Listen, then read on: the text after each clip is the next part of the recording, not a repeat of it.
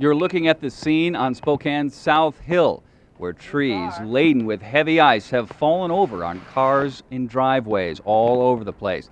They're also falling across power lines, and what's happening now is that power lines are snapping and thousands of customers are left without electricity.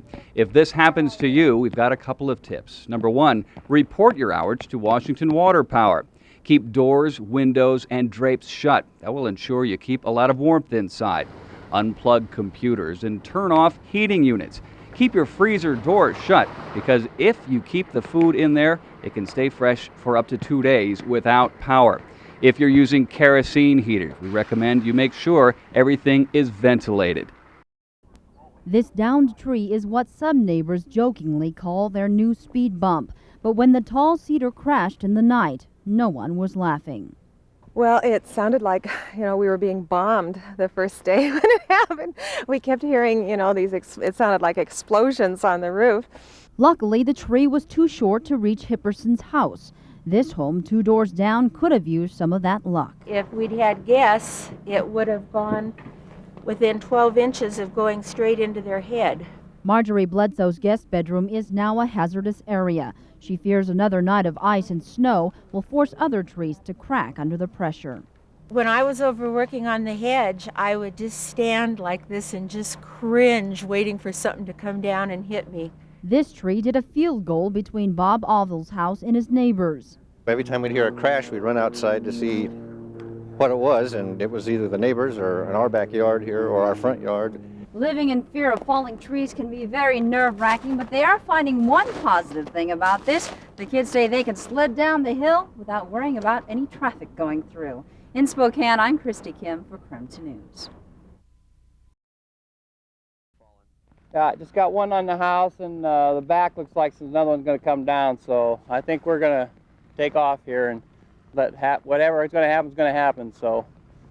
The problem with living in a nicely forested neighborhood, isn't it? Yeah, it'll probably look like a prairie here next week.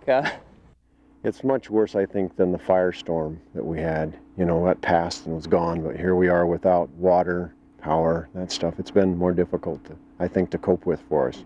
We never saw the Washington Water Power until today, and we've been stepping across power lines since Tuesday, and that's made us feel not very comfortable. Between the trees and the power lines, we felt very uncomfortable. It was a tough situation. I worked with a crew from Canada, so you hear a tree falling right now. That's one of the hazards with this job, especially with the snow coming down and the ice already being on the trees, is that the trees can come down any time. I mean, it's easier to take it down than have it do damage to the house. The Levin house in North Spokane struggled without power for 1.5 days last week, and with a milder but just as icy storm mounting. Diana Levin says it's time for 2 trees in this backyard to come down. It didn't look like it was leaning anymore, but with the prospect of new weather coming in that is more ice, which will add more weight, and wind, high winds, there's a pretty good likelihood that some of these trees will come down. Miss Levin calls it loss prevention. Dan Schinner of Personalized Tree Service calls it avoiding disaster. The only difficult part is deciding which disasters to take care of first. It's hard. I mean, we've been out here, probably 15 hours today. We've been up nonstop since, I guess, Tuesday about noon when we started getting our first calls. So this is a week into it. Services like Dan Schinner's, though overworked, may be the quickest way to remove trees, and for about $75 a tree, one of the less expensive. It's part of an effort to calm down homeowners who foresee a new storm about to crash land. Yeah, I think it's warming up a little bit, because before it would just snap. In North Spokane, Brian Callanan, KREM 2 News. Kathleen Craig's business flight to Spokane turned into a temporary one-way trip. We've just been booking every airline you have here, either getting into San Jose, San Francisco, or Oakland, anywhere close to the vicinity, just to get out of here. The clock here tells the whole story. The airport has been dark since 20 to 4 this afternoon, leaving a lot of people here stranded and trying to come up with backup plans. I'm going to miss my connection. And that's not all Amanda Givens may miss. I'm trying to go to my brother's wedding in Fort Wayne, Indiana. We were supposed to be in Pennsylvania tomorrow at 4 o'clock and meet my mom and dad, and we're not going. Stranded stragglers looked for ways to pass the time. Only a few planes arrived throughout the evening and none departed. Since no one knows when they'll be airborne, a few travelers are preparing for all-nighters. I figure it's warm, there's 3 walls, and I can't get a hotel room. I've tried every hotel. Tricia Manning-Smith, KREM 2 News. All day long you can see the fog, and I wish we could have made arrangements knowing. You just look outside, it's soup. It's dangerous driving here. Dairy products, eggs, forget it. Seafood, no way. In fact, just like this grocery store, about the only perishables you can think of recovering are produce. You should think of your produce like a flower, like a rose. That doesn't mean you should bring home a bouquet of broccoli next Valentine's Day, but it does mean you can bring some of these veggies back by making a new cut along the stem and letting them soak up some nice warm water. At large chains like this store, fresh meat spent the past 3 days in refrigerated comfort, courtesy of tractor trailers.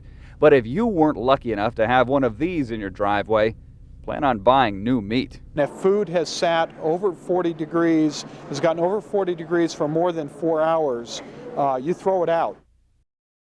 Take a look at what it took to bring power back to just 36 homes, and you'll understand why repairs are taking so long. The job first required the use of a tree trimming team. We had to take and get the trees off the limbs off the wires and stuff, and now in that particular case, is because it was broken, and if you put the wires back up, it takes and rips it right back down a little later. It's just you're back at step 1 again. So Wayne Mathis's truck couldn't make it into the property's backyard, so the Seattle contractor had to climb this 100-foot ponderosa by hand. Meanwhile, his partners waited to lower the ice-laden branches to the ground on a rope, something that ultimately spared the power lines additional damage. Wayne made it safely off the freezing pine, but then the tree cutter's truck bogged down in snow and ice. A Washington Water Power crew came to their rescue. Meanwhile, linemen began the process of restoring power. Once again, their bucket rigs wouldn't fit into the yard, and once again, crews went climbing the hard way. The laborious part of the process of going literally pole by pole by pole, house by house, to get to those individual service restorations. And that's the way power crews will fight the rest of their ice storm battle. Linemen are making progress every day, but their victories are becoming a lot tougher to come by. Reporting in Spokane, Jeff Humphrey, KREM 2 News. Moving forward with at our 24-hour day rate right now, with the hope to still get the majority back by tomorrow. And today's warmer weather is now helping with that goal. Trees are losing their heavy coats of ice and snow. They're now a lot less likely to fall into power lines. The trees are losing all the ice off of their limbs that's falling down to the ground.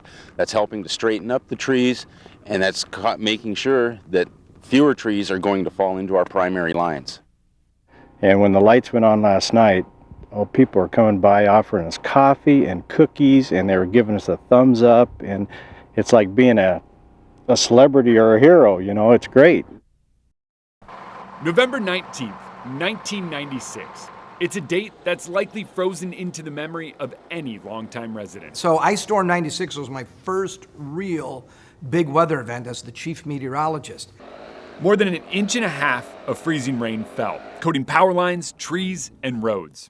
Everybody, as you know, lost power, including KREM TV, and so we had the live truck out in the driveway, jerry-rigged by the greatest engineers ever, and so we were doing our broadcast out of the newsroom, and we only had very little power.